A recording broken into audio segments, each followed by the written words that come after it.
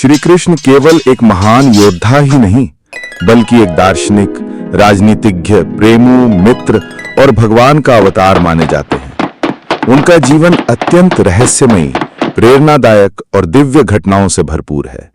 यह कहानी उनके जन्म से लेकर महाभारत युद्ध और अंत तक की है।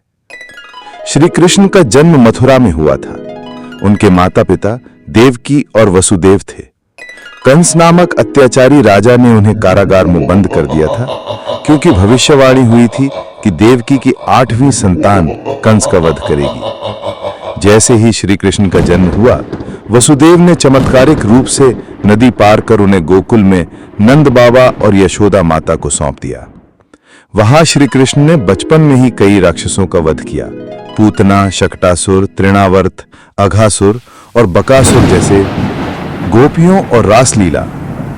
श्री कृष्ण का वृंदावन में बिताया गया समय अत्यंत मधुर और प्रेम से भरा हुआ था।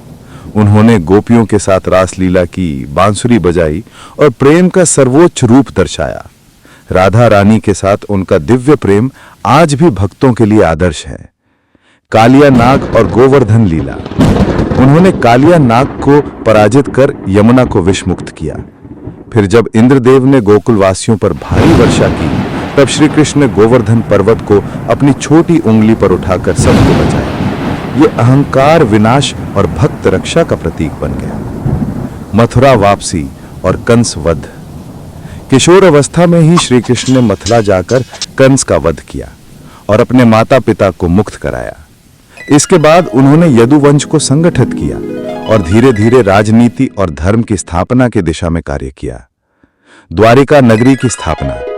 कृष्ण ने मथुरा पर बार बार हो रहे हमलों से बचाने के लिए समुद्र किनारे एक भव्य नगरी द्वारिका की स्थापना की।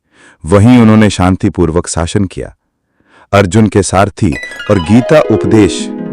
महाभारत के युद्ध के समय श्री कृष्ण ने युद्ध में भाग नहीं लिया, बल्कि अर्जुन के सारथी बने। जब अर्जुन धर्म संकट में पड़ गया, तब श्री कृष्ण ने उसे भगवद गीता का उपदेश दिया, जो आज भी जीवन का मार्गदर्शन है।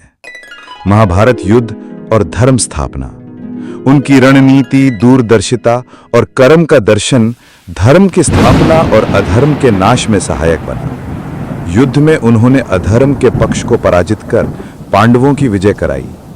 द्वारिका का अंत और श्री कृष्ण का महाप्रयाण। महाभारत युद्ध के बाद यदुवंश में आपसी कलह फैल गया। एक श्राप के कारण धीरे धीरे संपूर्ण वंश नष्ट हो गया। अंत में श्री कृष्ण जंगल में ध्यान मग्न थे, जब एक शिकारी ने उन्हें गलती से तीर मार दिया। श्री कृष्ण ने मुस्कुराकर शरीर त्याग दिया। यह लीला का अंत था, परंतु अवतार का पूर्ण होना था। श्री कृष्ण का संदेश। कर्म करो, फल की चिंता मत करो। हर परिस्थिति में धर्म का साथ दो। प्रेम, भक्ति और सत्य ही जीवन की दिशा है। जीवन एक युद्ध है, बाहरी भी और आंतरिक भी।